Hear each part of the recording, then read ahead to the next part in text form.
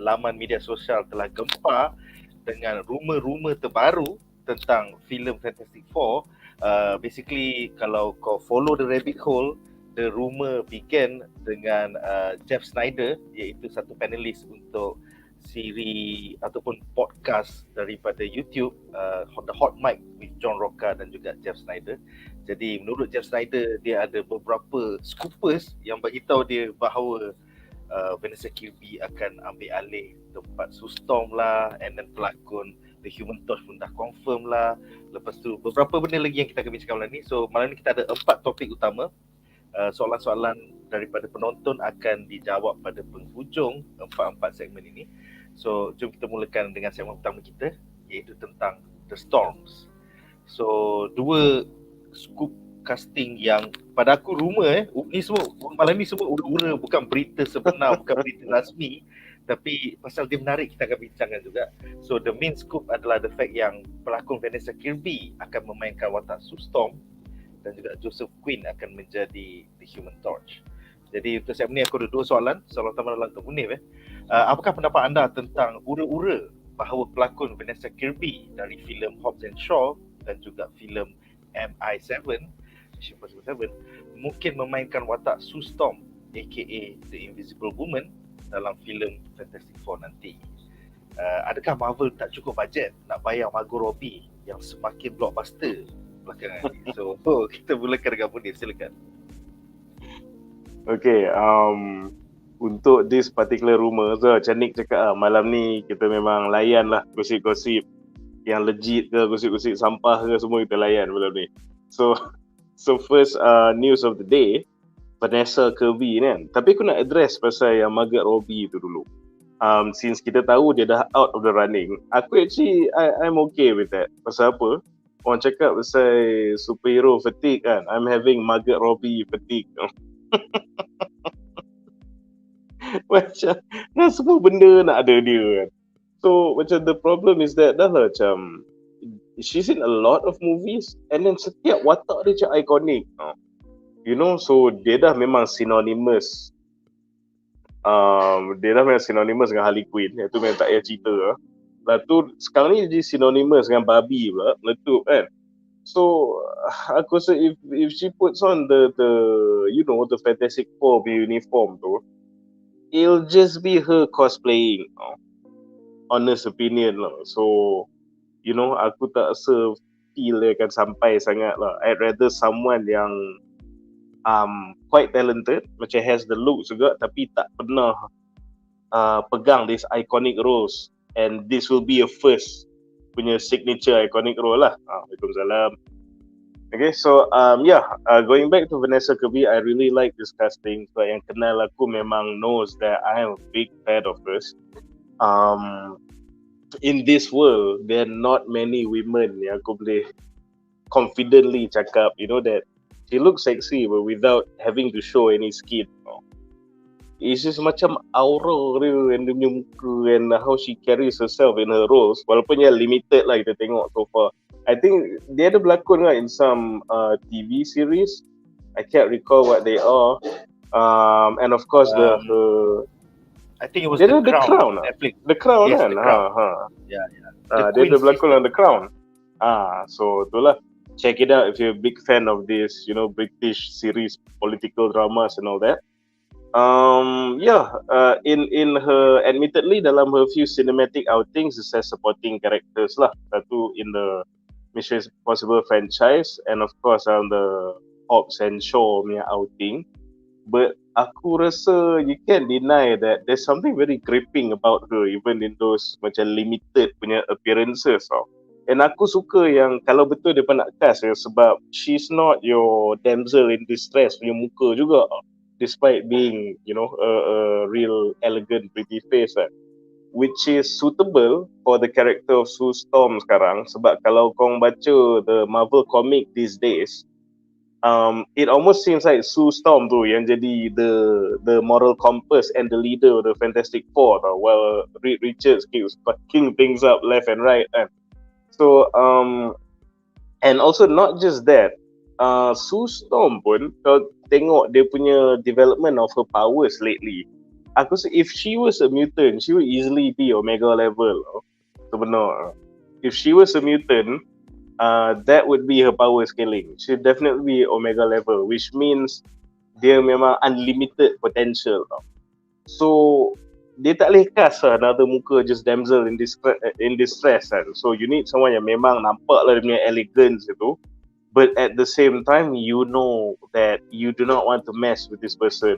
So Vanessa Kirby has that visage lah. Dia ada that charisma that she carries kan. So dalam banyak-banyak rumored castings yang kita akan sembang pasal hari ni, this is the one that I really hope, yang paling harap yang ni yang betul.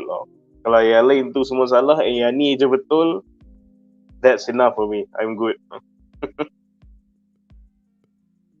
Apa pendapat kau tentang some rumours yang mengatakan bahawa ni Jeff Snyder jugalah, kepala tahun ni kan.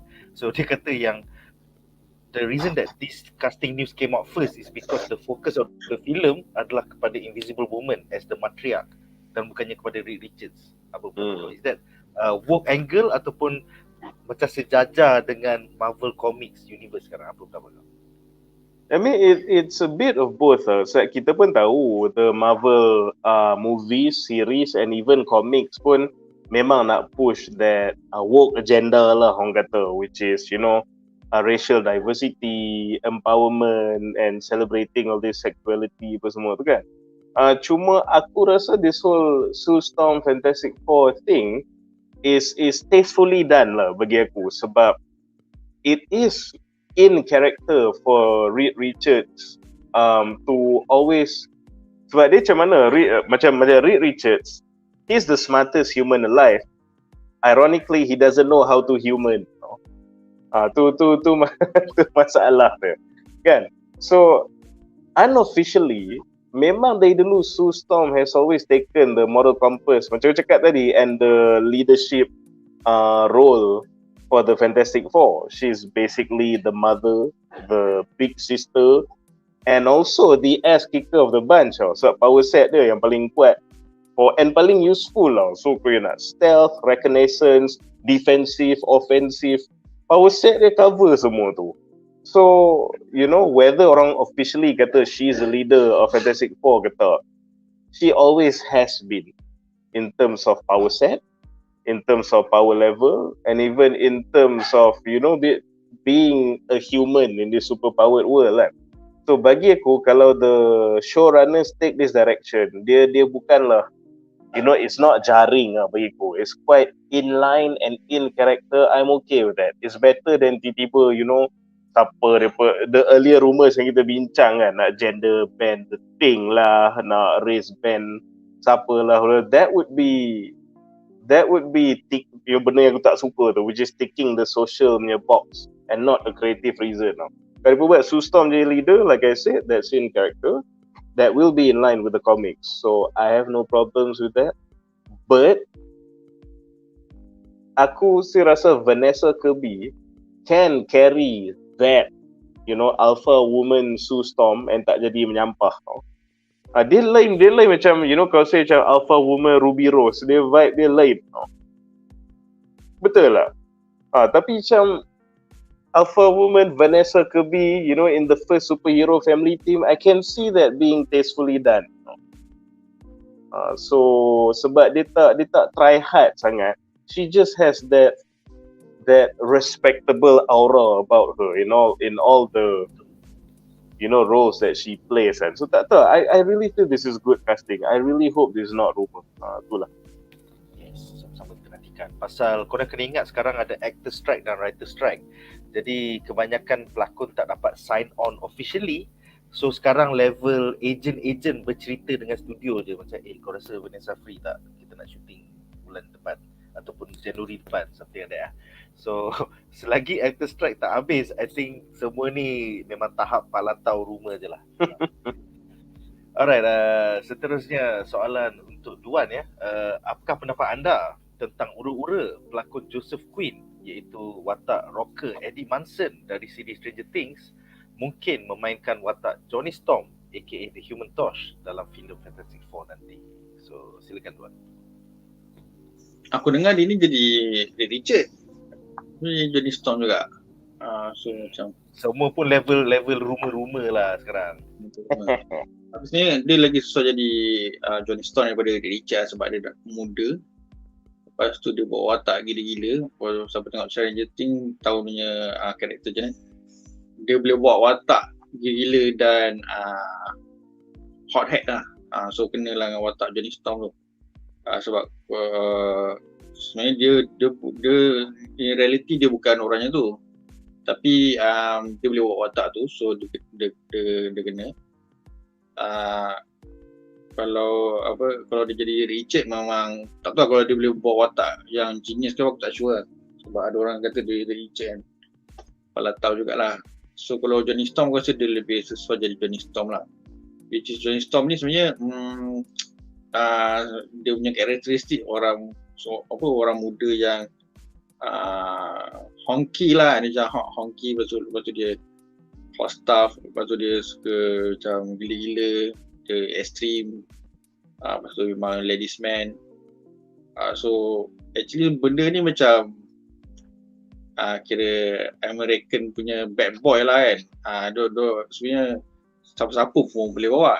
Tapi kalau macam kau nak ada character depth ke apa, jadi likeable aku rasa dia ni sesuai lah, jadi sesuai jadi macam mana Chris Evans dulu bermula dengan Johnny Storm, lepas tu jadi Captain America, macam tu lah. Kalau kau jadi macam Chris Evans okey lah. Tapi kalau macam Kirby Jordan tu versi hangus lah kan tu. Jadi dia tak salah, cuma kenapa casting dia sebagai ni, dia tak salah pun, dia cuba jugalah. Dia pun hot stuff juga kan, sekarang pun dia juga. Aku rasa dia ni okey. Ada juga beberapa, kalau dulu first orang kata rumours, tapi sekarang dah tak boleh lah. Kalau dulu kalau dia buat awal jadi Zac Efron. Sebenarnya dulu Zac Efron pernah dirumuskan jadi Johnny Storm. Aku rasa tentu sesuai. Masa muka dia elok lagi lah. Sekarang muka dia dah, aku tengok muka dia macam He-Man. Macam He-Man dah muka dia dengan rambut dia apa semua dah macam He-Man, badan empak gila kan. Itu kalau dia kasih jadi He-Man memang kepak gila. Tapi dulu masa dia muka jambu, elok lagi badan tak masa Baywatch tu, aku rasa sesuai gila jadi Johnny Storm at that time. Sebab dia ladies man apa semua kan. Sekarang ni dah tak sesuai, macam dulu followers ni pun aku rasa okey. Cuma bagi aku maybe dia punya rupa tu tak heartthrob sangat, tak handsome sangat macam Chris Evans. Tapi dia punya karakter tu ada. Kau nak cari muka betul-betul muka jambu gila babi, ataupun maskulin gila tapi tak boleh berlakon, tak guna juga kan. So okey juga ada ni. Not bad. Kalau aku punya Sustorm, aku rasa aku ambil yang Mission Impossible yang Ferguson. Apa nama Ferguson tu? Ingat Ferguson je yang boleh. Rebecca Ferguson. Aku rasa dia susah jadi Sustorm. Itu aku punya lah. Aku punya fan pick lah. Dia ni pun okey juga. Dia sebenarnya any blonde lah. Any blonde ni semua boleh jadilah. Sebab Rebecca Ferguson tu dia maksudnya muka dia nampak klasik ni yang empuk. Lepas tu dia macam Sustorm lah. Dia tak perlu bogel pun nampak seksi. Dia betul. So dia okey untuk jadi Sustorm. Itu untuk aku lah. Okay. So kita ada lebih kurang 5 komen daripada penonton di rumah. Aku rasa komen-komen ni relevan kepada segmen ni, so aku akan bacakan soalan-soalan dia sekarang. Jap, aku macam ada connectivity issue on my end. Okay, so komen-komen tersebut yang pertama adalah daripada Josh Edward yang bertanya, siapakah yang bakal mengarah filem Fantasy 4 selepas John Watts meninggalkan projek ini? Jawapan dia adalah di D23 tahun lepas, diorang telah umumkan bahawa pengarah WandaVision, Matt Shakman, bakal mengambil alih daripada John Watts dan mengarah filem Fantastic Four. So I think it's a big honor, but at the same time it's a risk, pasal Mamat ni baru buat siri TV kan, sekarang nak suruh buat filem tak tu, so tak sure lah sama ada akan berjaya atau tidak. Seterusnya Ibnu bertanya, Sustorm ada relations dengan Nemo ke nanti? Kalau ikut komik sejak era 1970-an, memang Nemo akan terpikat dengan Sustorm. So kita tak tahulah sama ada kukulkan kita akan minat dengan Vanessa Kirby nanti. So kita tak sure. Jadi kukulkan for mereka. Betul. Seterusnya Muhammad Azim bertanya, siapakah Reed Richards dalam F4? Kita akan bincangkan all the palatau punya rumors untuk Reed Richards dalam segmen yang seterusnya. So sama-sama kita nantikan. Kemudian Fake Fiction ada soalan untuk Munif. Soalan dia adalah, apakah pendapat Abang Munif berkenaan Jessica Alba sebagai Sue Storm dalam filem Fantastic Four yang dulu kita dah dapat 2 kali Jessica Alba sebagai Sue Storm. So, pendapat kau? Silakan. Ni macam mana? First of all, she doesn't look anything like Sue Storm in the comics lah. Tu satu. But macam mana? Dia a bit skewed lah, because back then kita je ketandusan with all this, really big budget interconnected Marvel punya content kan. So I was just happy to have a Fantastic Four movie. Even if orang kata sekarang looking back movie tu teruk lah benda semua, I look back to those movies with very very fond memories lah. Macam dapat tengok Silver Surfer macam cantik gila, dapat tengok suit siapa, The Thing in the Flash apa semua kan. So Jessica Alba, okay, she looks like a blondie. She's obviously hot. So masa dia jadi Sue Storm, tak tahulah, maybe with nostalgia, rose tinted glasses kan. I really like the casting back then. But then again, macam kata, just happy to have a Fantastic Four. Someone actually did a Fantastic Four movie back then now. Yeah. So yeah. Jessica Alba, good memories. Alright, soalan terakhir untuk segmen ini adalah daripada Wan Faris yang bertanya, kenapa diorang tak ambil je John Krasinski dan juga Emily Blunt? Kan senang, fan choice nombor 1. Well, masalahnya pelakon-pelakon ni tak berminat. I mean, John Krasinski daripada seorang pelakon komedi di siri TV The Office, sekarang dia dah jadi big name dekat Hollywood sebagai seorang producer dan juga director franchise filem A Quiet Place. So pada dia, macam kalau dia start berlakon balik full movie, jadi macam devolution, bukannya evolusi. Downgrade macam downgrade lah. So dia dah tak berminat dah nak sign up. Dia dah jadi apa? Ya, dia dah director dah sekarang. So dia tak berminat. And cuma aku terfikir apa tadi? Cuma aku terfikir adakah RDJ sempat melobi dekat Emily dengan Jocelyn masa diorang Oppenheimer, sempat melobi macam you guys should do Fantastic Four movie kan.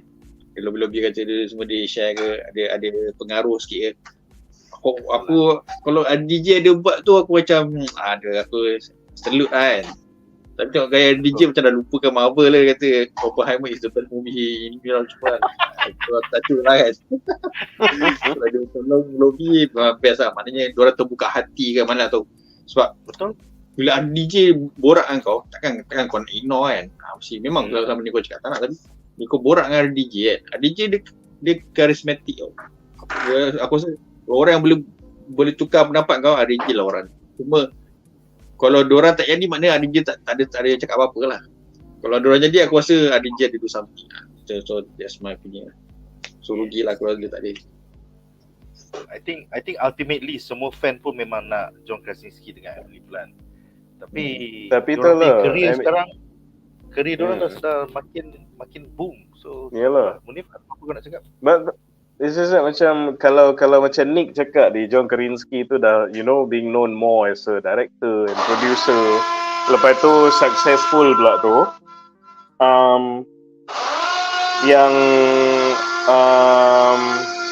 apa tu John Krasinski, Emily Blunt pula, dia pula famously acting in critical acclaim punya role sekarang. So tak tahu kalau dia jadi Marvel punya level punya actor balik, tak tahu lah. Nampaknya Budi pada masalah teknikal di sebelah dia. Ada orang tengah guna blender. So aku rasa itu saja untuk segmen ini, dan kita akan ke segmen menarik kita ataupun rumah palatau kita yang seterusnya. Alright.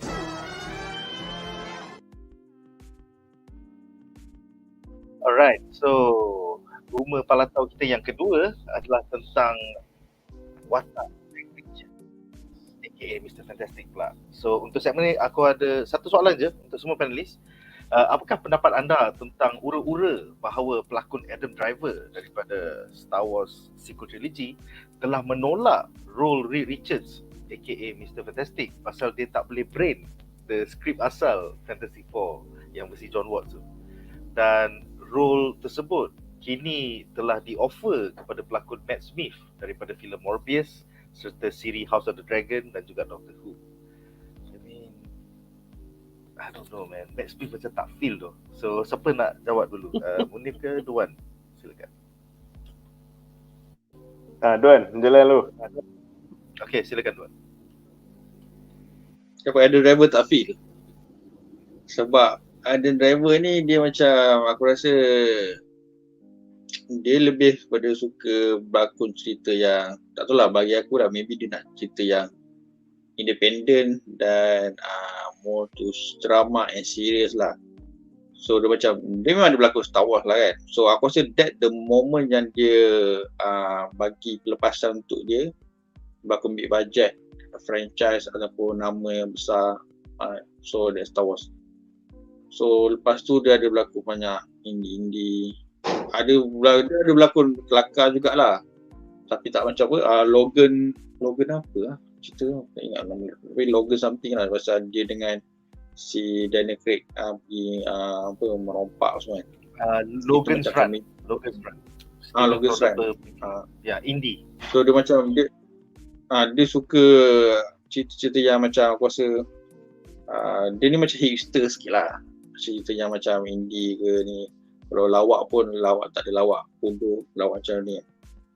So kalau macam dia nak join lagi satu franchise besar Marvel, aku rasa dia macam, bagi dia dah cukup lah, dia ada Star Wars, itu pun dah kena kecam ke apa kan. So dia macam dia tak nak lah untuk jadi satu lagi, kalau tak jadi ke Richard ni kan, nanti kena lagi kan. Aku rasa dia sebab tu lah dia tak berminat. Tapi kalau dia jadi pun aku rasa macam tak kena sangat lah Richard, sebab dia kan macam emo sikit kan kat slow-slow kan. So sebab Richard ni dia macam seorang genius, tapi dia macam sebab tu dia macam siapa? Dia macam Jesse Eisenberg tu, Richard ni. Dia macam dia tak duduk diam tau. Dia just Richard yang lama dulu, yang Gruffudd tu memang bagi aku tu perfect Richard sebenarnya. Itulah karakter Richard macam tak duduk dia, macam sebab dia, bila kau jadi, dia boleh dikatakan number one genius dalam Marvel lah, boleh dikatakan lah kan. So dia macam dia otak dia tu tak boleh duduk diam. Kalau dia macam, bagi dia rugi lah, dia kena do something untuk gerakkan otak dia semua. So dia tak boleh duduk diam. So kalau macam ada Driver ni jenis yang cool, emo, suka brooding, macam tak kena lah watak Richard tu kalau bagi aku lah. So kalau watak yang Doctor Who yang bawah ni, aku rasa dia boleh bawa, cuma rupa dia tak kena pula dengan Richard punya rupa kan.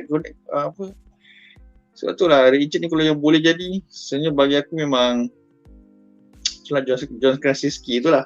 Tapi dia dah jadi, dia pernah tak nak jadi yang actual punya. So tricky sikit lah Richard ni. Kau kena cari orang yang macam, orang yang nampak bijak dan nampak bijak dan nampak matang lah, macam dia wise tau. Sebab orang akan mengharapkan dia untuk settlekan masalah-masalah dunia ni tau. So kalau aku tanya aku, kalau aku punya pick pun John Krasinski, selain daripada dia, aku tak terfikir lagi lah tu siapa selain daripada John Krasinski. Tu je aku boleh jawab. Kalau aku teringat, dia aku beritahu. Ya. Okay. Seterusnya silakan Munif. This is actually worrying lah, pasal kalau betul Adam Driver reject this role pasal dia tak faham the script, aku agak risau sebab Adam Driver also took the 65 movie, which is absolutely horrible. Yang tu kau faham pula, kau okay pula dengan skrip dia kan. So that movie was shit and he had no problems landing himself to that movie. So what does it say about the Fantastic Four movie bila dia cannot go with the script kan? So bagi aku that is the most worrying part of this news lah. But having said that, tak lah, aku pun tak rasa Adam Driver good. I mean, he's a good actor, tapi I just do not see him as Reed Richards at all. Even pejam mata, imagine band your macam expectation sikit pun susah lah nak nampak. I don't know if it's because of all the muted deadpan characters he's played so far, tapi I don't know lah, there's just something about him lah. So this is to me is not bad news. But tu lah, aku pun mula fikir macam Duan kot, sebab dia ni pun macam hipster kan. So which is the same problem yang aku cakap pasal Emily Blunt lah. Dia pun yang you know, yang kononnya dah seni sangat ni, dia ambil all this ultra serious ke hipster punya roles ke apa ke, dia tak nak terlibat dengan this, you know, park ride movies ni kan. But itulah at the same time dia pergi buat 65 Adam Driver ni, so aku kurang faham. But anyways, good riddance that he's not in the running.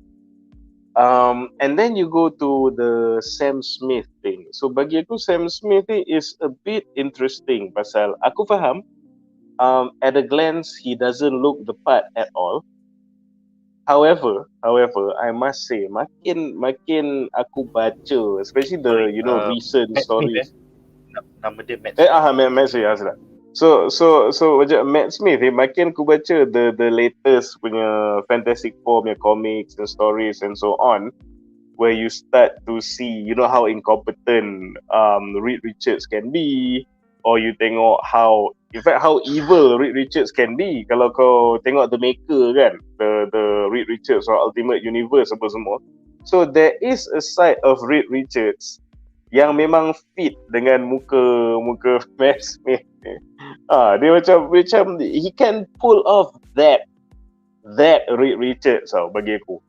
But also at the same time, we know that this guy, he's a very good actor. He's a very versatile actor.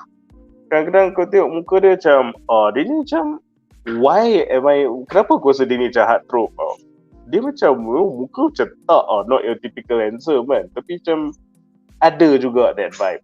But at the same time, ada part memang macam nak lempang. Ada part memang rasa macam dia bengis, cruel and macam you don't know. Alamak, dia ni kalau macam Game of Thrones kan, macam yang House of Dragons tu.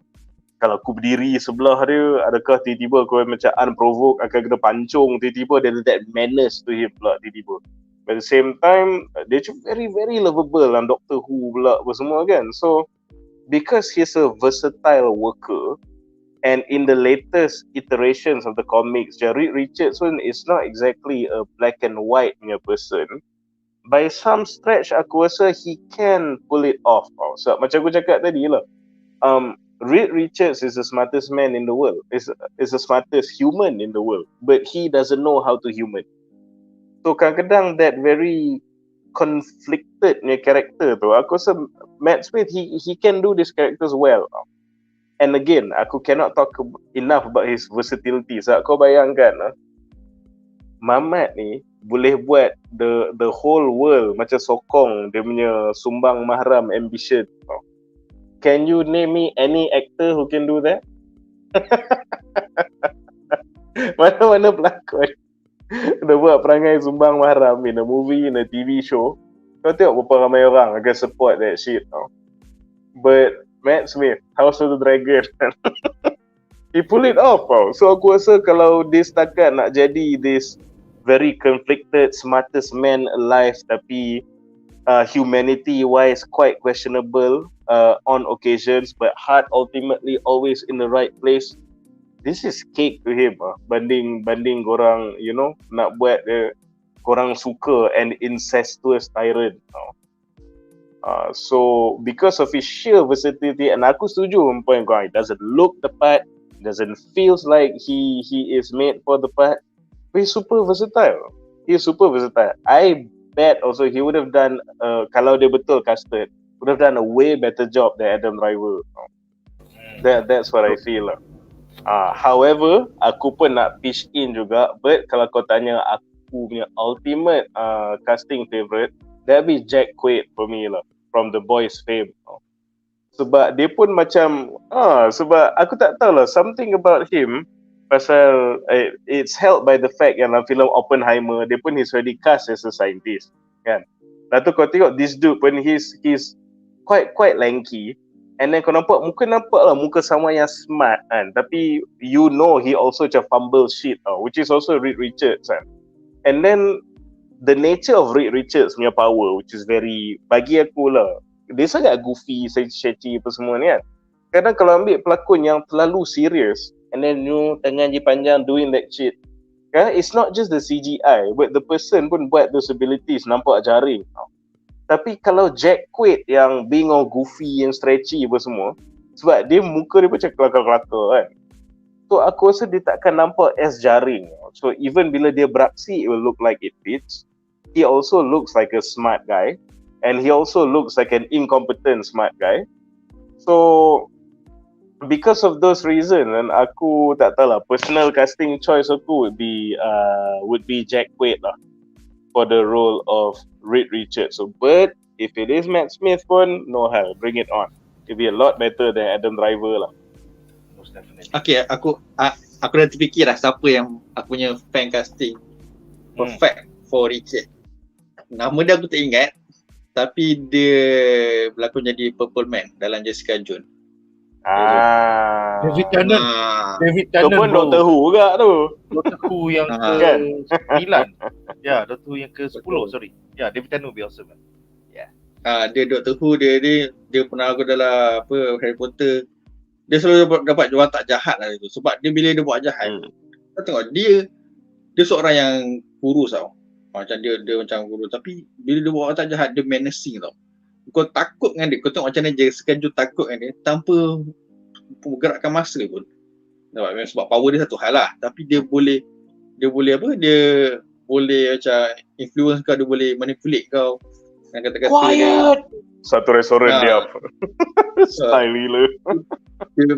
Sebab bila jadi Doctor Who jadi baik kan. So kalau macam Munif kata dia ada conflicted punya identity kan, dia pernah jadi tyrant menjadi hero. So aku rasa Mamat tu memang sesuai jadi Richard dengan he looks tepat. Muka dia ada muka Richard sebab dia macam kurus sikit semua kan, macam rambut dia hitam. So dia pun macam berumur sikit kan. So aku rasa macam dia punya pelakonan tu memang macam tiba-tiba boleh berubah, boleh mood swing apa semua kan. Aku rasa lepas tu dia memang kau tengok dia, kau bersama-sama pernah tengok dia berlakon, memang dia memang boleh buat watak seorang yang bijak lah. Seorang dia doktor kot, Doctor Who kan, sama macam Mamat ni kan, dia doktor juga kan. So aku rasa that's my fan casting lah. Kalau dapat dia, tak dapat John Krasinski pun aku okay, sebab aku rasa dia perfect for the role lah. Banyak role yang dia dapat semua power juga. Aku setuju. Basically kalau korang tak pernah tonton siri Doctor Who, mana-mana versi, yes, David Tennant ialah Doctor Who yang ke-10, manakala Matt Smith ialah Doctor Who yang ke-11. Dia ada lebih kurang 15 incarnation selama 60 tahun ni. But yeah, dua-dua pun memainkan watak intellectual yang alien. Maksudnya diorang bukan manusia dan diorang tak kenal perwatakan manusia, ataupun diorang agak kekok dalam society. So I think those are the benda yang kau perlukan bila kau jadi Reed Richards atau Mr. Fantastic. Betul. So yeah, David Tennant pun ons, Matt Smith pun ons pada aku.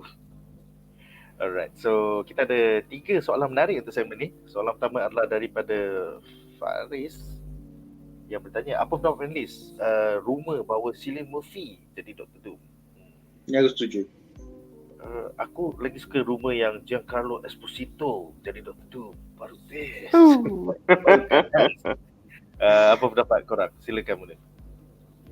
Dia pasal berita ni memang susah nak predict sebab I'd like to say yang Cillian Murphy ni more to, you know, dia pun jenis-jenis tu lah, hipster, serious actors, very niche actor, berlakon dengan Nolan sajalah benda semua kan. Tapi dia pun recently cakap macam he's open to be casted dalam if a Barbie musical ke apa kan. Dia cakap okay lah aku nak cast di situ kan buat datang.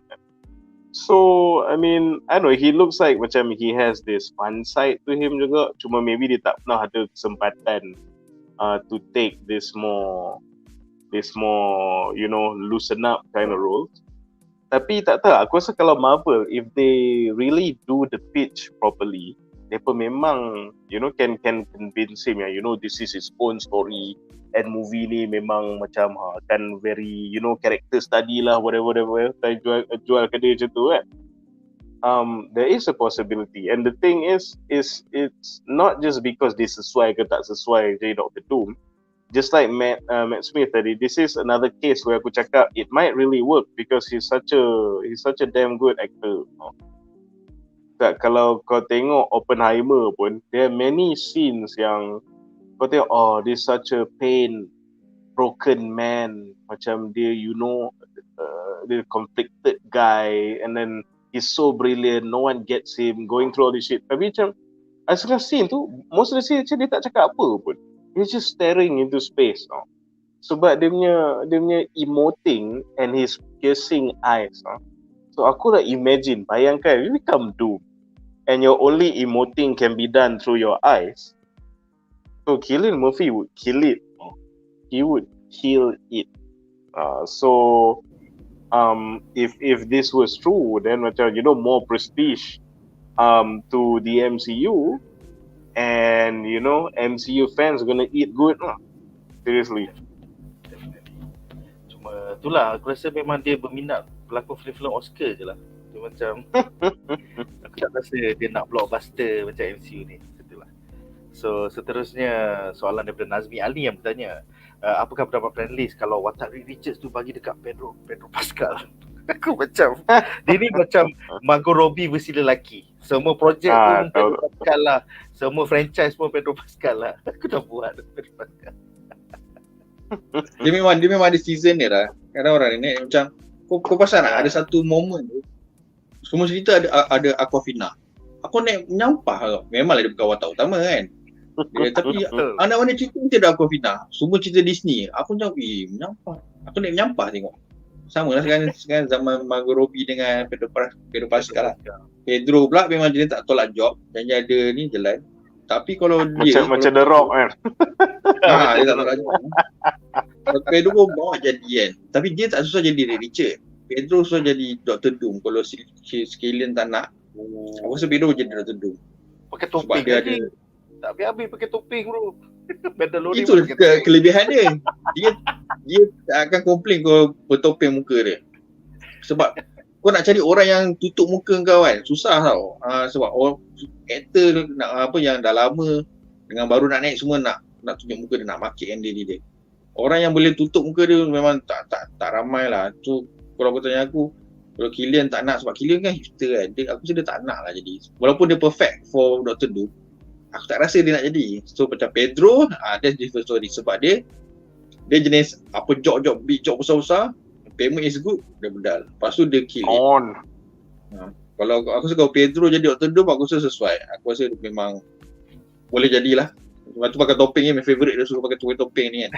Suara dia pun aku rasa memang boleh jadi lah. Kalau Pedro aku sokong kalau dia Dr. Doom. Alright, soalan seterusnya daripada Rizky yang bertanya, apakah pendapat panelis sekiranya Ryan Gosling jadi Reed Richards? Ryan ni lagi seko yang suka filem-filem indie, filem-filem Oscar, and aku rasa lepas Barbie dia punya rate dah naik mahal gila babi. So Marvel tak ada duit sekarang nak bayar. Marvel serius tak ada duit. Munif. Sebenarnya Ryan susah jadi Johnny Storm sebenarnya. Sebab dia kan. Susah jadi, tapi takut dia nanti orang macam stereotype kan dia, tak nanti buat Johnny Storm, tapi dia sesuai lah jadi Johnny Storm.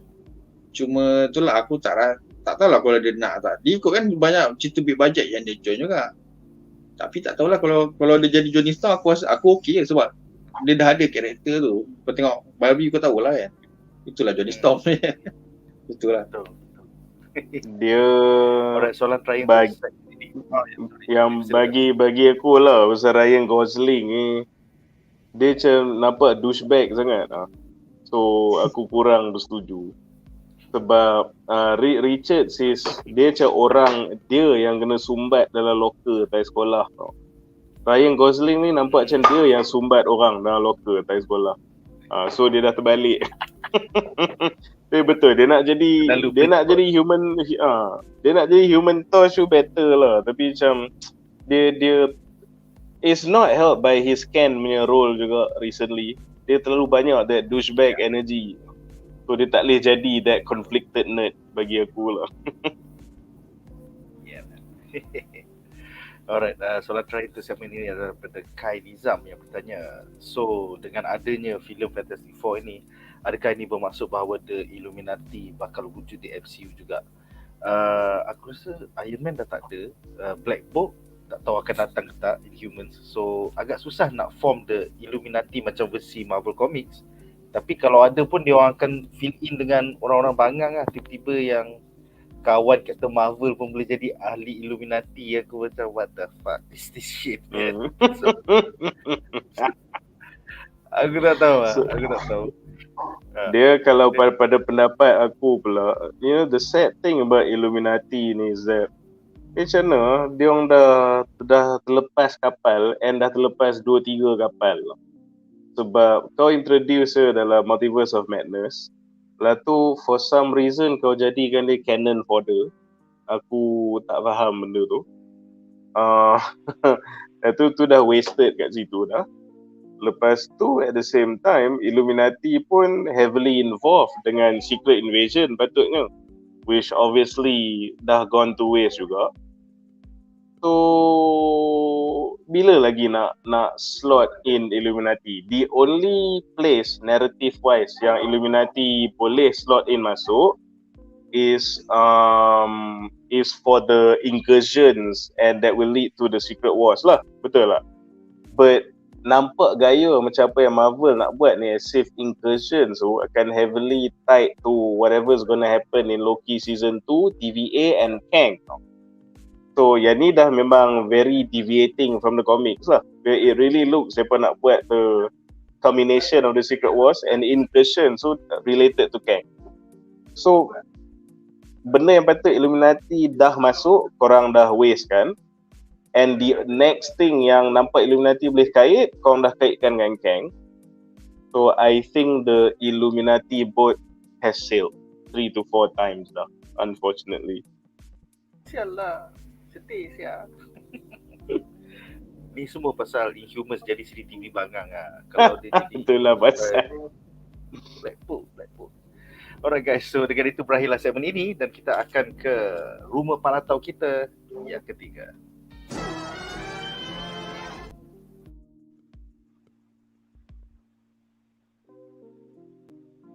So, rumah pantau kita yang ketiga adalah tentang pelakon Ibon Mos Bakrak yang sama ada dia akan memainkan watak The Thing ataupun Silver Surfer. Jadi dalam segmen ini aku ada 2 soalan. Soalan pertama adalah untuk Munif. Apakah pendapat anda tentang ura-ura bahawa pelakon Ibon Mos Bakrak dari siri The Bear dan juga siri Andor mungkin memainkan watak The Thing? After all, he is Jewish just like The Thing. So, silakan. Apart from being Jewish, he's also a New Yorker. So itu saja dia dah boleh embody the whole Nancy Street gang New York kinda on the streets punya life tu macam mana kan. So that's literally what he gone through for real in life kan. So that helps with the immersion. And aku the thing is aku suka gila si Ibon Mos ni. Kalau korang tak tengok lagi The Bear, please tengok The Bear. Sebab he is one of the most unlikable yet lovable stars of the show. So and funnily enough, dia pun pernah muncul juga in the Marvel Universe because he was Micro in the Punisher punya series. So tu pun dia juga sebenarnya. He was in the Punisher series. You can see this guy. What I like about him is that he's very versatile. Kau tengok the roles he play and then how he is in real life is completely lain sebenarnya. Sebab Micro tu dia jadi this jaded, manipulative hacker, will do anything to save dia punya family.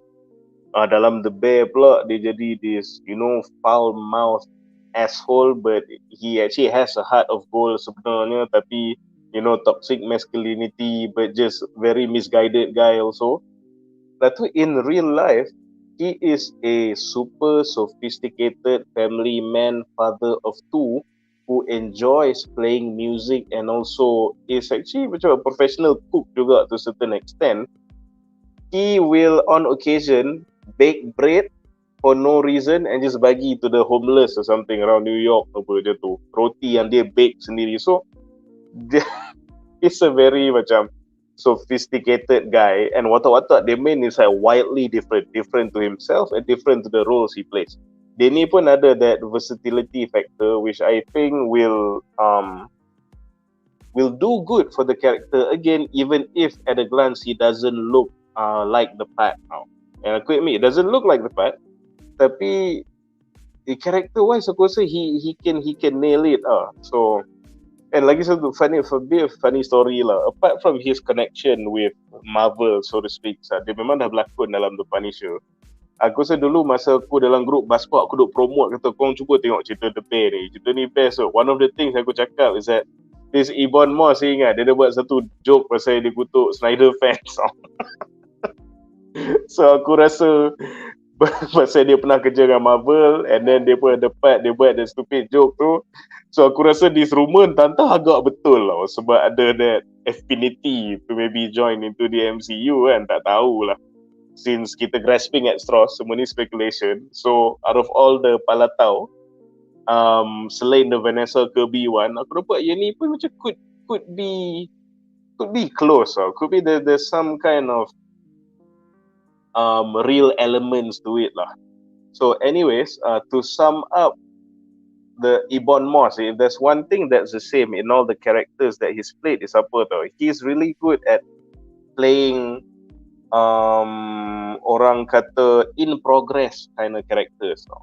So bukan kata character tu in progress, tapi watak tu is someone yang tengah macam finding himself or his place in whatever world yang dia tengah lakonkan tu kan. So tak kisah daripada The Bear, daripada the conflicted rebel dalam Endor, and then and itulah even Micro pun daripada this very cold hacker, dia manipulate the Punisher, okay? Kalau kau ingat lah series tu.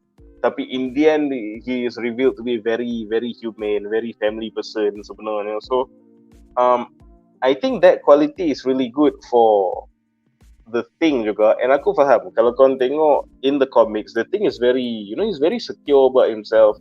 They embrace the role as a Thing. But we're talking about the first movie. This is when he realized dia kan jadi, like bodoh kekal. So how, and kita tahu in the comics when he was always grappling with that issue pasal dia punya physicality. So until eventually he reconciles himself and full-heartedly takes the role of the superhero kan. So aku rasa si Ebon Moss ni, this is yet another perfect watak untuk dia display that whole unfinished, in progress kind of character tu yang eventually akan jumpa his place in the world. This guy is such an underrated and a supremely talented actor. Apart from Vanessa Kirby, this is the other one yang aku actually nak sangat jadi. Yeah, betul. Aku memang suka gila dia jadi cousin dalam The Bear. Dia macam aduh, gila babi. Asshole gila. Masuk cheesesteak. Lepas tu aku betul korang salah. So I think this kind of vibe kalau dia bawa dekat Fantasy 4, I think it will be damn awesome. Gaduh dengan Reed, the family dynamic will be interesting. Macam The Bear lah. Macam The Bear, serius. Alright, soalan kedua adalah untuk Duan. Apakah pendapat anda tentang ura-ura bahawa pelakon Ebon Moss Bakrak bukanlah nak jadi The Thing, tapi mungkin memainkan watak Silver Surfer instead? Isn't it too early nak libatkan Silver Surfer dalam origin filem Fantasy 4? So, apa pendapat kau? Silakan. Jadi kalau kau nak masukkan Silver Surfer dalam first filem Fantasy 4 Marvel, aku tak rasa too early sebab semua orang dah pernah tengok Silver Surfer. So kau boleh get on with it lah. Cuma Ebon Moss ni susah tak jadi Silver Surfer. Aku pernah tengok dia dekat dalam Punisher. Aku kenal dia dalam Punisher je lah. So watak dia tu masa tu jadi Micro nama dia apa. So dia jadi Hackers IT tu. Jadi sebab tapi yang lain, dia ni badan dia besar dan tinggi tau. Aku rasa dia tinggi besar. Tapi dia jadi seorang yang semua tu kan. Jadi, even though badan dia besar apa semua kan. Cuma kalau dia jadi Silver Surfer ni kau tahu lah dia macam one dimensional kan. Sebab dia dah macam tak ada perasaan. Sebab dia jadi pengikut, dia jadi apa nama? Karakter sebenarnya orang ni lah kan. So dia macam at first dia macam kena watak yang one dimensional lah kan, macam tak ada perasaan ke apa. Lepas tu badan dia tu kau nak jadi Silver Surfer unless kau dia CGI kan badan dia lah. Sebab badan tu tak fit lah untuk jadi Silver Surfer kan, tak pakai baju kan. So kau kena nampak bentuk badan yang ketak lah kan, unless dia jadi suara saja. Maybe boleh lah kot. Cuma aku rasa aku lagi suka dia jadi The Thing lah. Jadi The Thing daripada Silver Surfer ni. Silver Surfer ni ikutkan sebenarnya macam nak cakap, siapa boleh jadi sebab dia watak dia one dimensional, dia senang je. Sebab tu lah dulu punya Silver Surfer jadi even though dia tak pakai suara asal pelakon, dia pakai suara siapa yang suara tu? Suara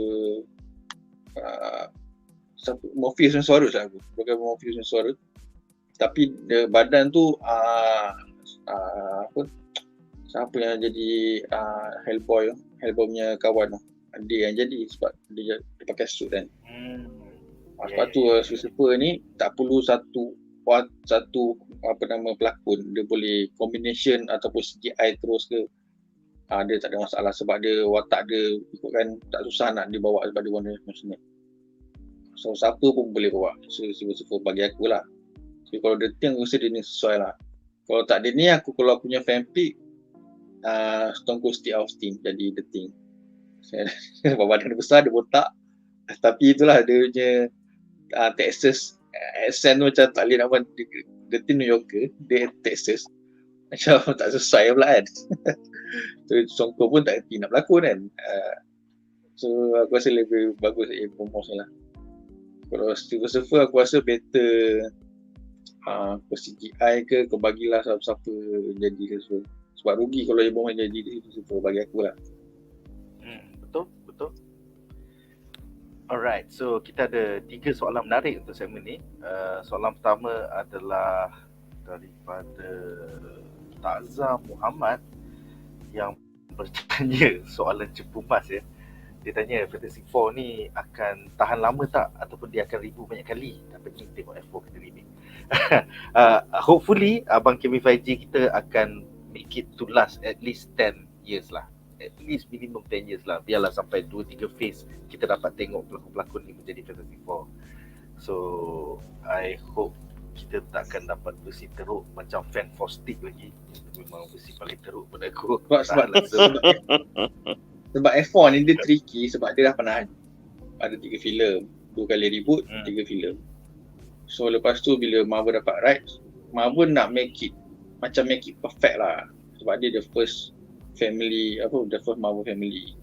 So banyak juga watak-watak villain, big villain ataupun event key player semua berlaku dalam Fantasy 4. So benda ni Marvel take it seriously. Sebab itulah delay banyak kali delay tukar semua family. So benda ni sampai aku terfikir mungkin Marvel tak buat langsung ke, tapi Marvel kena buat jugalah. So benda ni memang jadi tricky. So kita nak perfect. So dia dah ramuan yang fail dah ada Fantasy 4 yang kau tengok yang lepas ni kan, yang sebelum ni. So Marvel aku hopefully dia belajar besar. Janganlah The Thing kau bagi dekat Mila Kunis ke apa ke. Lepas tu Richard jadi Black ke kan. Memanglah Kang tu dia punya cucu keturunan dia, tapi kau nak jadikan dia Black ke, aku rasa macam kau relax je lah. Kau punya woke punya agenda tu kau simpan untuk cerita lain lah aku rasa. Sebab dia macam ni lah. Jangan the first family penting. Jangan. Sebab kau pun dah tahu apa resipi failure, apa resipi success. Kau tengok macam Mario dengan Barbie tu resipi sukses. Kalau Barbie tu dia tak bagi kat Margot Robbie, dia bagi kat mana Black Girl. Aku tak rasa dia buat macam Little Mermaid ke, dia bagi kat pelakon kulit hitam. Yes. Kau tengok apa jadi Little Mermaid. That's fact. Kalau orang nak nafikan pun tak boleh. Memang itu fact. Sebab bila kau orang tukar, aku kata kita trigger sebab ni, pergi mampus lah. Tapi tu fact, orang tak nak tengok semua tu, orang menyampah. Babi kau ambil Bangga Robi, muka betul-betul blonde ke ni, tapi meletup. Itu je, kau jangan usik benda-benda yang macam ni. Orang akan tengok. So untuk fase 4 ni, ambil lah kalau The Team 7, badan besar botak bagi dia. Kalau Johnny Storm dengan Susan Storm tu, Caucasian, bagi dia Richard bersama. So janganlah kau nak gender band ke race band ke, macam kau kena buat benda-benda betul-betul tau. So itulah. Kalau kau benda ni kau make, kau delay tapi end up ada work agenda juga, ada gender band ke, ada race band ke, aku rasa macam lagi satu gagal lagi lah. Itu je. Betul. It's as simple as that. Orang tak nak tengok benda-benda agenda bodoh ni. Orang tak nak tengok. Kau dah nampak dalam box office tahun ni, Little Mermaid hancur tapi Barbie dapat 1 bilion. Habis cerita. Alright, seterusnya Mementoys and Hobby bertanya, Jack Quaid dah tweet dia tak jadi read. Cillian Murphy kata dia on tapi apa ikut skrip. Actually ni Jeff Snyder tersalah cakap masa dia punya podcast 1 jam ke 2 jam tu dekat The Hot Mic with John Roca. Mula dia kata Jack Quaid nak jadi The Human Torch. Lepas tu midway dah 30-40 minit kemudian, tak ada orang baru call aku, dia baru bagi tahu Joseph Quinn. So on the same day Jack Quaid pun tweet saya tidak terkait dengan Fantastic Four sebagai Johnny Storm / Human Torch. So I don't know, maybe dia boleh jadi Reed Richards, I don't know. Yang Cillian Murphy ni aku tak sure daripada mana. Tapi macam biasalah, ini semua rumours palatau setakat ini. Dan soalan terakhir untuk segmen ini adalah daripada Jaswan yang bertanya, The Bear tu story pasal apa?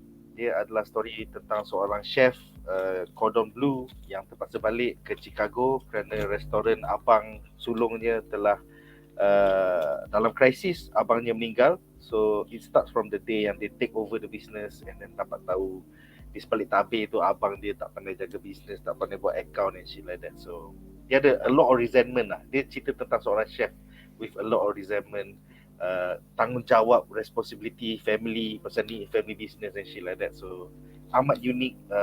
Season 1 dah ada dekat Disney Plus Hotstar, Season 2 sekarang dekat FX. Aku tak tahu bila dah habis nanti akan keluar kat Disney Plus Hotstar juga. Dia kalau aku nak tambah kepada semua penonton hari ni lah, kalau korang ada menyimpan impian untuk nak start business, buka restoran, jangan tengok cerita ni. Korang akan tengok, wah, serabut nak buka restoran. Dalam simplified version dia, itulah cerita ni. Betul. It's about running a business, a family business in Chicago, and it's a failing family business. Macam tu lah. Alright guys, so dengan itu berakhirlah segmen ini dan kita akan ke rumah pantau kita yang terakhir.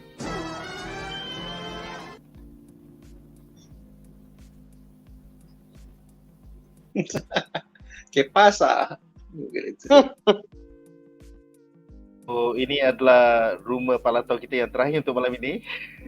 Yang ni paling tak masuk otak pada aku lah. Tapi menurut berbagai scoopers, mereka mengatakan bahawa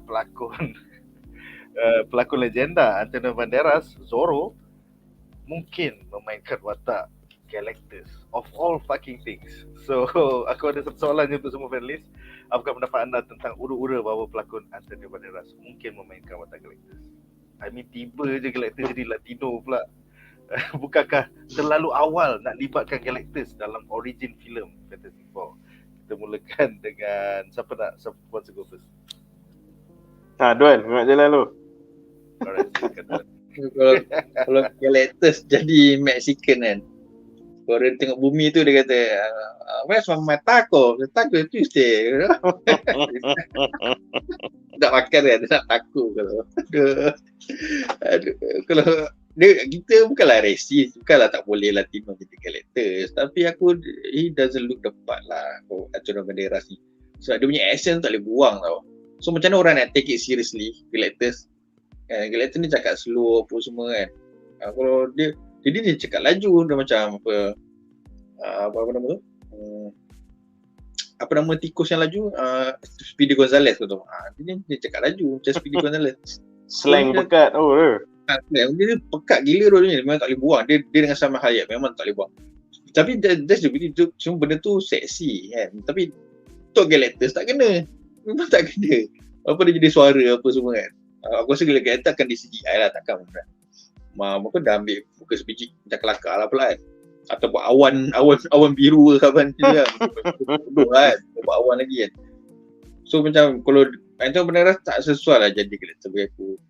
Bagi aku yang the perfect choice is Liam Neeson. My always my favorite Liam Neeson, the perfect choice for Galactus. Tapi Liam Neeson sebenarnya jenis orang yang sapu je apa job kau bagi. Cuma aku tak, tapi aku rasa dia orang tak offer dia job jadi Galactus. Aku rasa kalau orang offer dia jadi dia jenis ada job dia berjalan kan. Kau bayangkan suara Liam Neeson tu dia cakap slow. Kau tengok Taken macam mana. Lepas tu dengan suara dia, lepas tu kau dengan suara dia kalau digema kan sebab dia kan besar kan dekat outer space. Suara dia bergema, berucap. Dia macam suara dia boleh jadi angelic, boleh jadi doom tau. So itulah Galactus yang aku nak. Muka dia pun ada muka Galactus sebab muka macam petak kan. Muka dia pun ada muka Galactus, figure dia apa semua. Tapi itulah aku tak rasa dia offer atau aku rasa dia kalau dia boleh, aku rasa kalau orang dia akan berlakon. Dia tak ada halnya. Dia cek makan orang. So dia pun tak payah buat action sebagai Galactus, tak perlu beraksi pun sebab dia dah tua. Dia perlukan suara saja sebagai Galactus. The figure, muka dia pun. So aku punya favourite choice daripada dulu sampai sekarang sebenarnya memang fan choice juga. Tapi memang the perfect Galactus is Liam Neeson. Ada dan dia aku tak tahulah siapa yang boleh pull off. Tapi kalau orang lain yang boleh pull off pun aku okey je, open je. Sebab Liam Neeson ni macam far-fetched juga, macam kau dapat tu memang best gila. Macam mana kau dapat John Krasinski jadi Ray Richards sekejap, kau dah seronok gila. Kalau kau Liam Neeson jadi Galactus memang yang perfect lah. Kalau aku benda tu jauh. Yeah man, definitely. Aku nak dengar dia cakap release the Kraken. Kalau dia betul-betul jadi Galactus, kita it's gonna be awesome. Alright. Soalan seterusnya, untuk Munif, apa pendapat kau Latino Galactus? So silakan. Kalau betul-betul Banderas aku nak ni, first time dia nampak bumi kan, dia buat macam meme. Meme kan tu.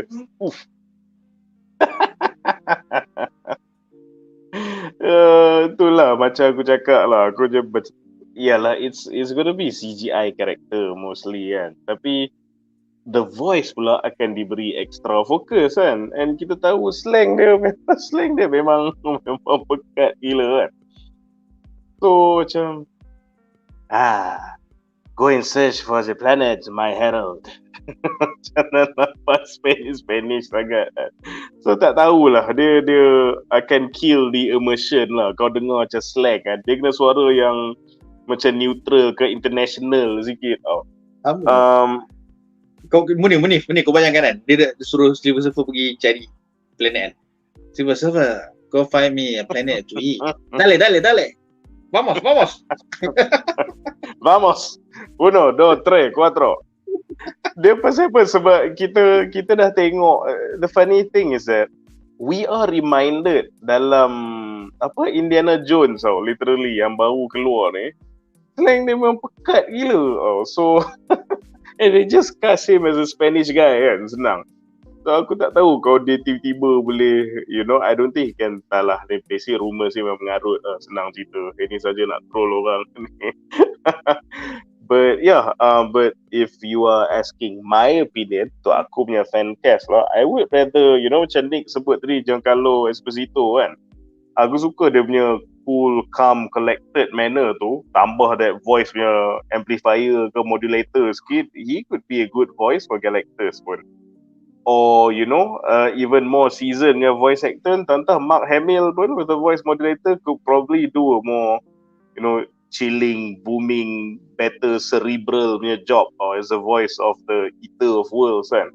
Lepas tu you nak that big name kan attached to the character pun, you know, Mark Hamill, Giancarlo, these are big names. With actual, you know, gravitas in their voice kan, nampak lagi make sense for the characters. Tapi itulah, bila cakap pasal this casting topic, it goes two ways because it's not just about who plays Galactus, but it's also, is Galactus going to be the first villain lah in the first macam Fantastic Four punya movie kan. Aku rasa kan, if they are going to do a Galactus as the first villain, aku rasa knowing Marvel punya style lah, dia suka chop and change the origins untuk better suit the continuity dalam the MCU. I won't be surprised kalau they actually buat Galactus as one of, or is actually a rogue celestial. So dalam komik obviously Galactus is not a celestial, tapi kita tahu visually dia macam sama tau. So maybe dia pun terfikir, oh nanti you know orang yang memang strictly MCU fans kan, kalau mereka tengok at the cinema macam benda ni bukannya macam dalam Eternals ke, so orang tu jadi confused ke apa. Don't be surprised if they just combine the origins of the two. Yang Galactus pun is actually a part of the celestial punya armada lah, boleh jadi lah.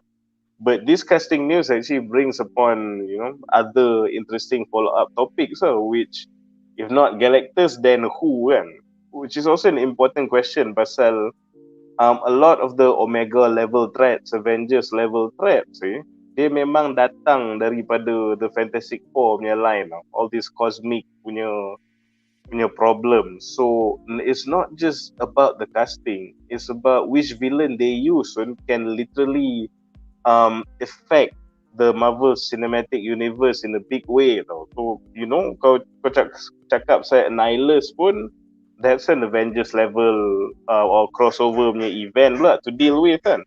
Kalau dia pun nak introduce Molecule Man pun, Molecule Man is central to the Secret Wars in the comic. So macam boleh jadi juga kan.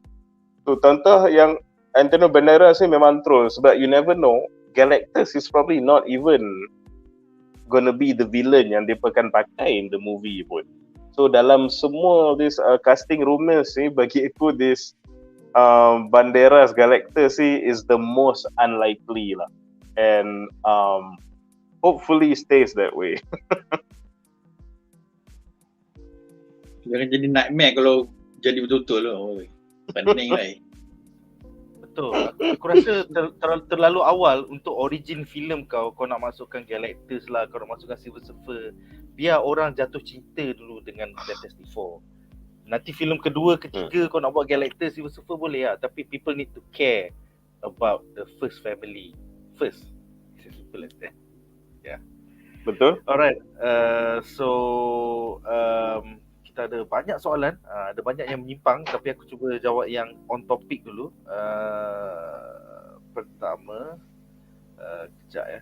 Nazmi Ali bertanya, macam mana kalau normal readers yang jadi Galactus? Aku rasa dia terlalu muda, tak cukup karisma. Dia kena pakcik-pakcik macam Mark Hamill, Giancarlo Esposito, Liam Neeson. Dia mesti macam the elder. Pasal Galactus ni dah beribu-ribu tahun kot wujud. So kalau kau ambil pelakon pertengahan umur macam normal readers tak jadi. Lagipun voice dia pun macam nothing to shout about. Macam kalau kau tanya pendapat aku kan, if macam katalah kan, we didn't have Ultron yet, aku actually not that voice for Galactus tu memang cun. Siapa? David Spader. Yes. James kan? Spader. So James.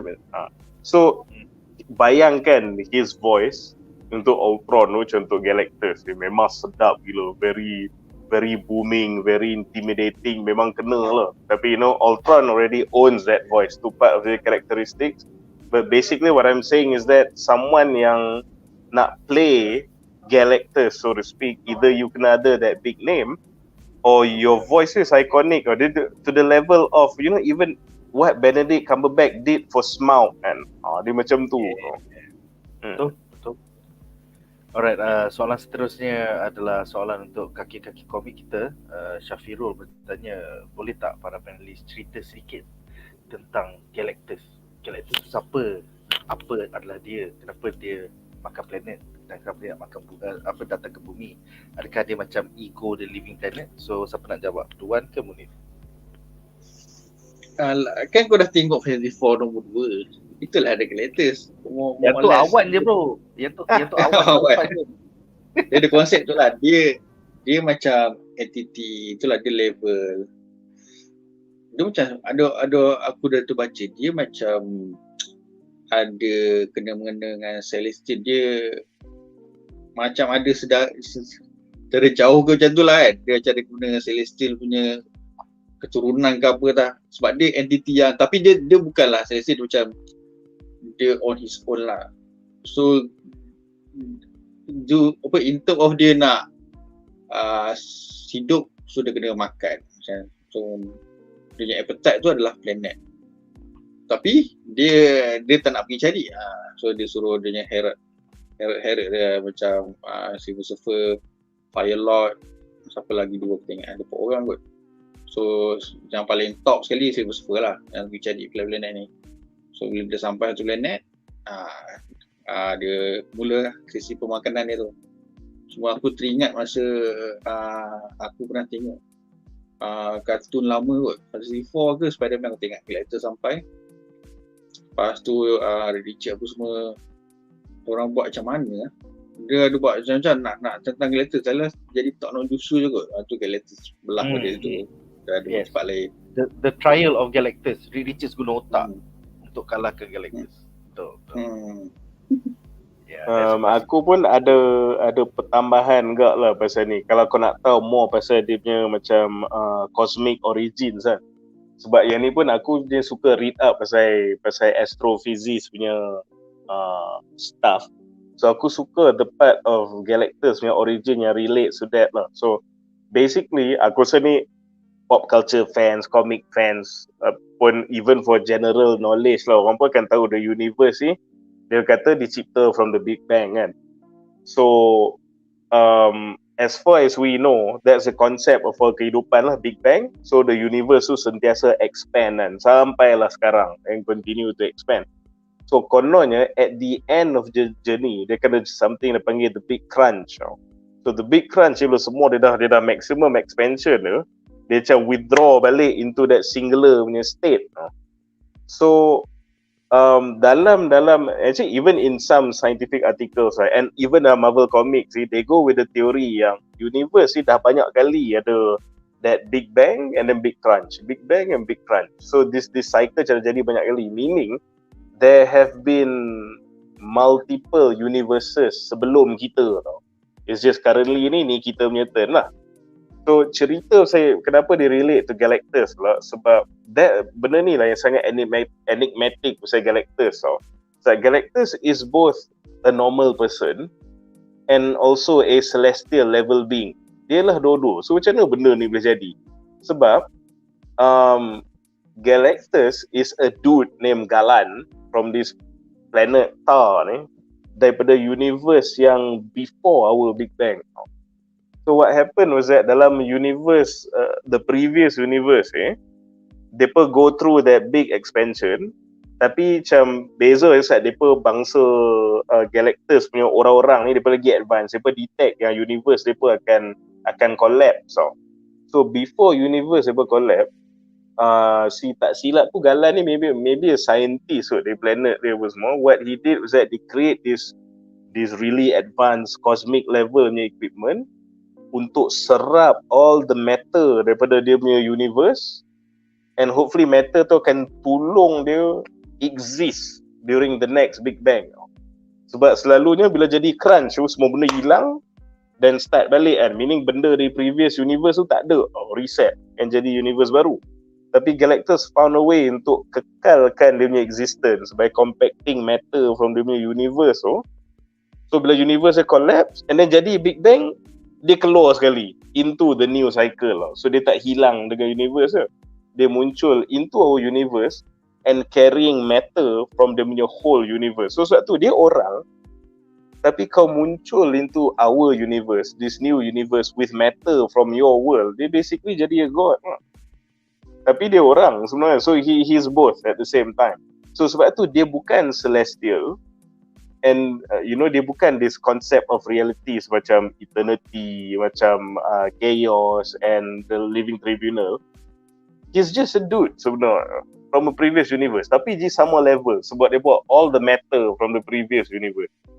So Galactus punya position in the cosmos ni memang sangat unik lah. So tu dia punya origin story, and pasal tu dia dia sampai tahap dia kena makan planet lah. So he's composed of infinite energy. Untuk hidup kau makan si lemak tak cukup nak hidup. Dia kena makan planet.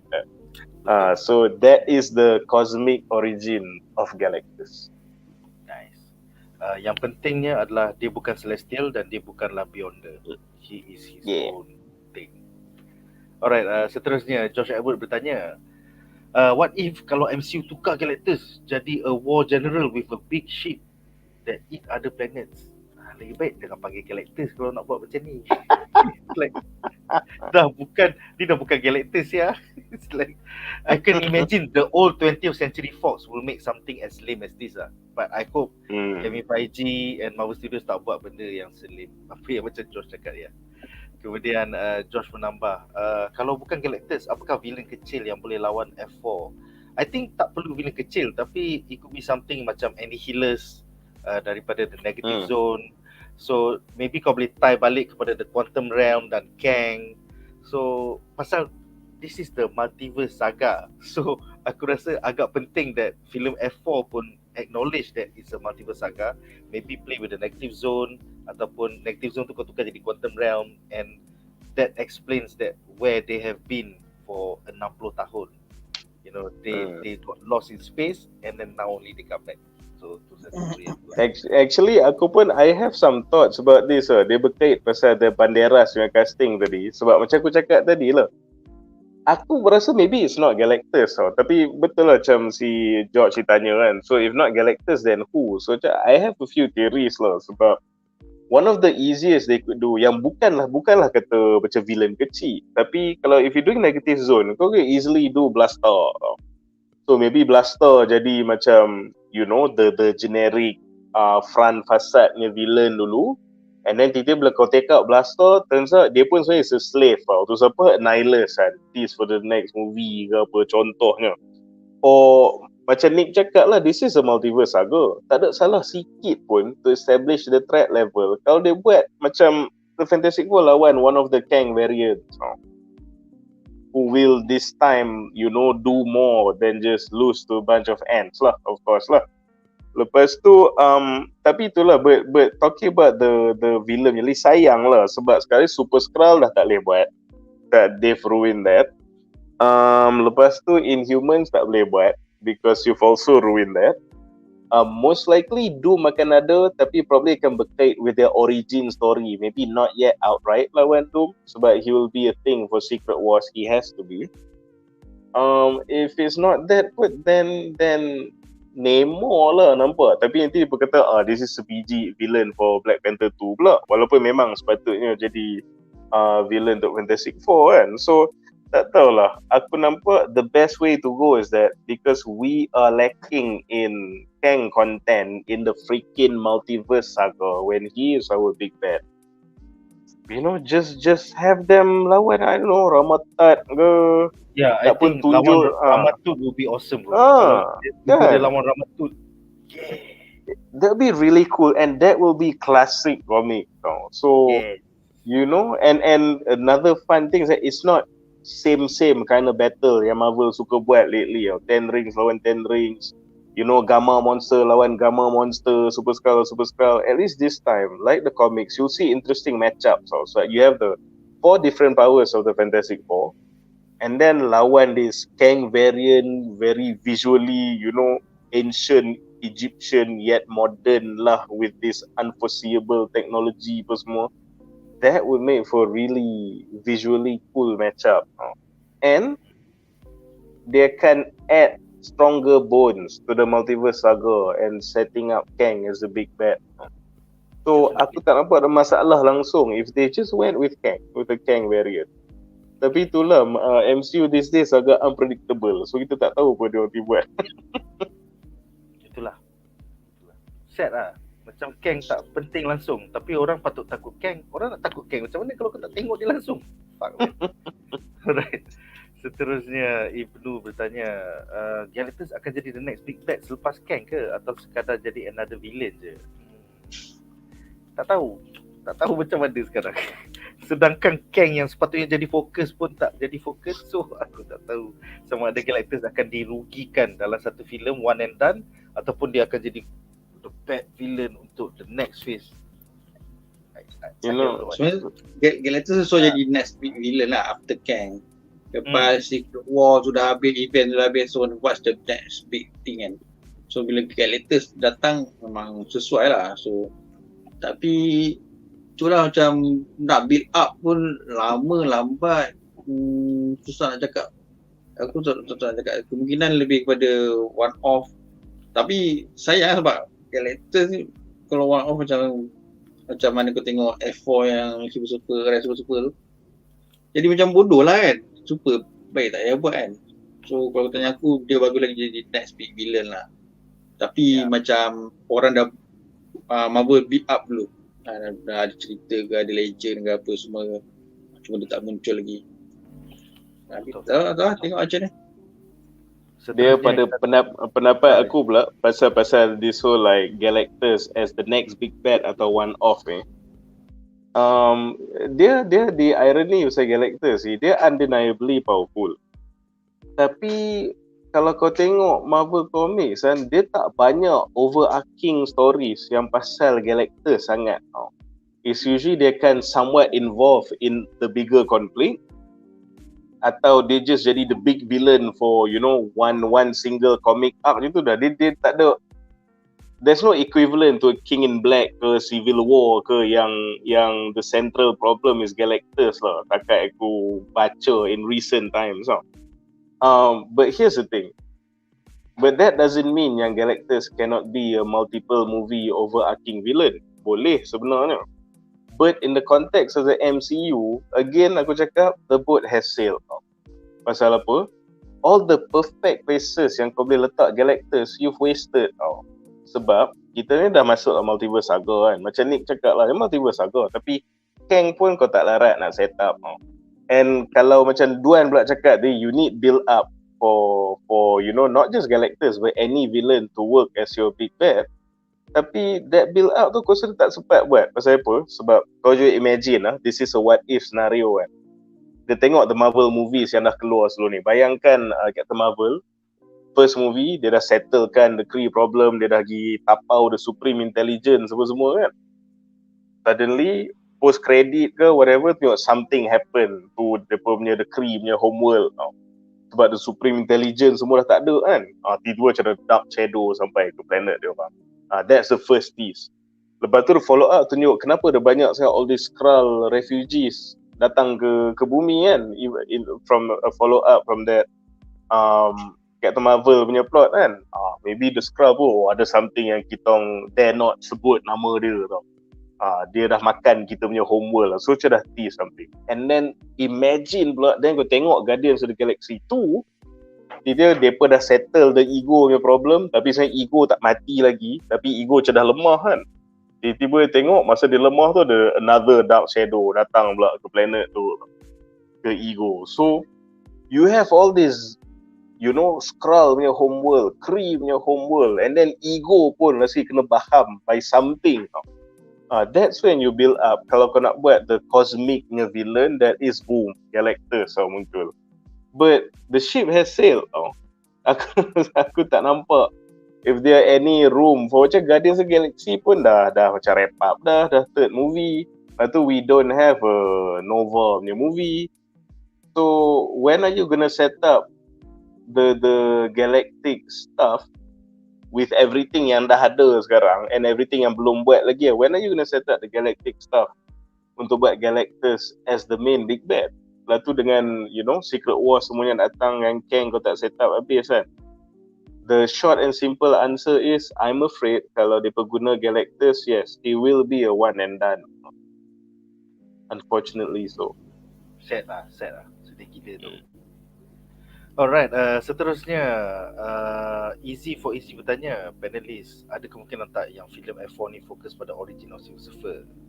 Aku rasa tak patut pasal it's supposed to be origin of Fantastic Four.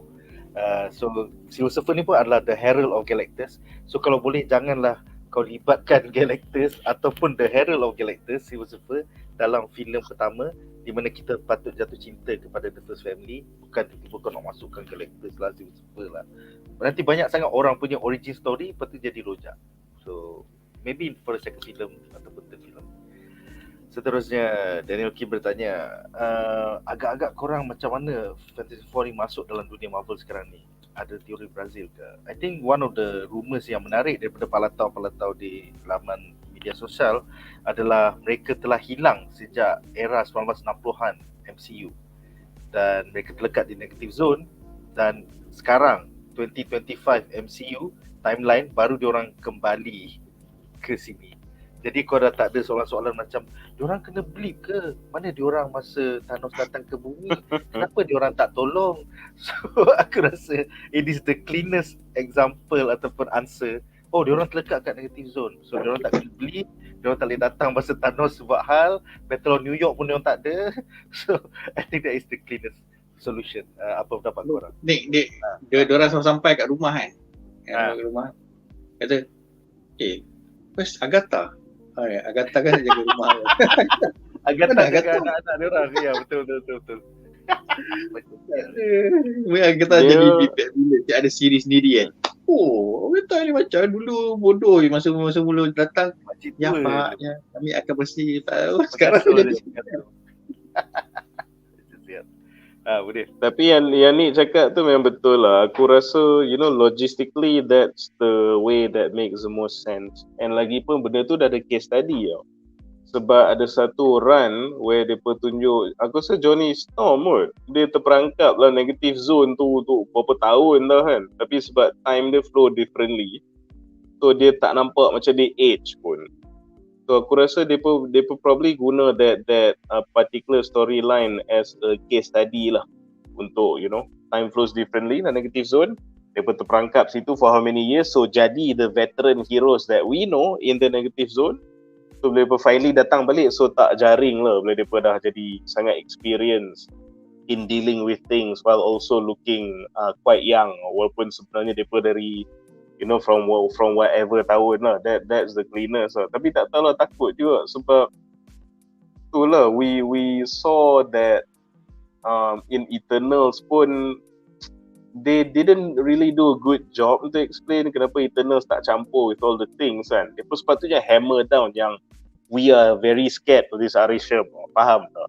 If we help, like it'll be worse. Kalau Arisha mengamuk and kita ruin dia punya eksperimen and reset the earth kan.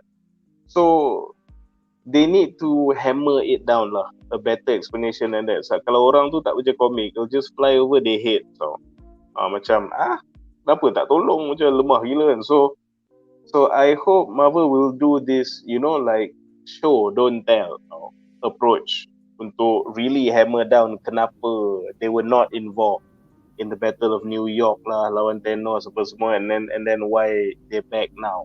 So visual cues, show us. Yeah. Alright, kita ada 8 lagi soalan. Aku rasa 7 menyimpang, so I will read the last relevant punya soalan. Any comics recommended for Fantastic Four? Personally pada aku, you should definitely read the first 108 issue run by Jack Kirby and Stan Lee, because there's a reason why Fantastic Four is called the first family.